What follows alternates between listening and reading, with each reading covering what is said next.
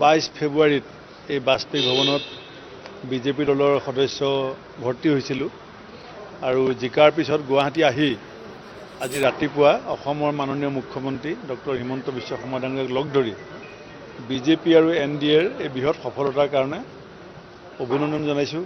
লগতে মোৰ বিজয়ত তেখেতৰ যিখিনি সহযোগিতা আৰু দিহা পৰামৰ্শ তাৰ কাৰণে কৃতজ্ঞতা জনাইছোঁ আৰু আমাৰ ৰাজ্যিক সভাপতি দিলীপ শইকীয়া ডাঙৰীয়াকো এতিয়া কৃতজ্ঞতা জনাবৰ কাৰণে আহিছোঁ। পাৰ্থক্য বহুত আছিলে, বিশেষকৈ ইয়াত সংঘবদ্ধ প্ৰচেষ্টা, তাত গাই গোটা বা জিকিলে যি হাৰিলে হাৰ টাইপৰ, ইয়াত সংঘবদ্ধ প্ৰচেষ্টা যাতে কেনেকৈ জিকি আহিব পাৰোঁ তাৰ কাৰণে ৰাজ্যিক পৰ্যায়ৰ পৰা ৰাষ্ট্ৰীয় পৰ্যায়ৰ পৰা দৈনন্দিন যিটো দিহা পৰামৰ্শ যোগাযোগ বা মোৰ ভুল হ'লে কিবা আঙুলিয়াই দিয়া সকলো ধৰণৰ পূৰ্ণ সহযোগিতা। চাবলৈ গ'লে মই মোৰ নিজা প্ৰস্তুতি নাছিলেই, কাৰণ মই যোগদান কৰাৰ কেইদিনমানৰ পাছতে টিকেট ঘোষণা হৈছে আৰু মাত্ৰ 40 দিন সময় পাইছোঁ।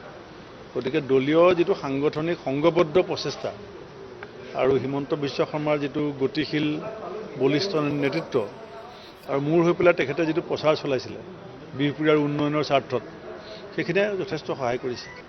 ৰকিবুল হুছেইনৰ নেতৃত্বত আৰু গৌৰৱ গগৈৰ সভাপতিত্বত ৰকিবুল হুছেইনে যি ধৰণে পৰিকল্পনা কৰিছিলে দলটো সজাবৰ কাৰণে, আজি সেইধৰণেই দলটো সাজ খাইছে। আপোনালোকে মই যেতিয়া APCCR বুলি কৈছিলোঁ তেতিয়া বহুতে কথাটো বেলেগ ধৰণে লৈছিলে। ইলেকশ্যন এই ভোট হৈ যোৱাৰ পিছত যিখন বিৰোধী ঐক্যৰ মিটিং হৈছিলে, তাত মিটিং শেষ হ'ল, সভাপতি ভাষণ দিলে, তাৰপিছত ৰকিবুল হুছেইনে ভাষণ দিছে। মিটিঙৰ শেষত সভাপতিয়ে ভাষণ দিয়ে, এইটো আজিলৈকে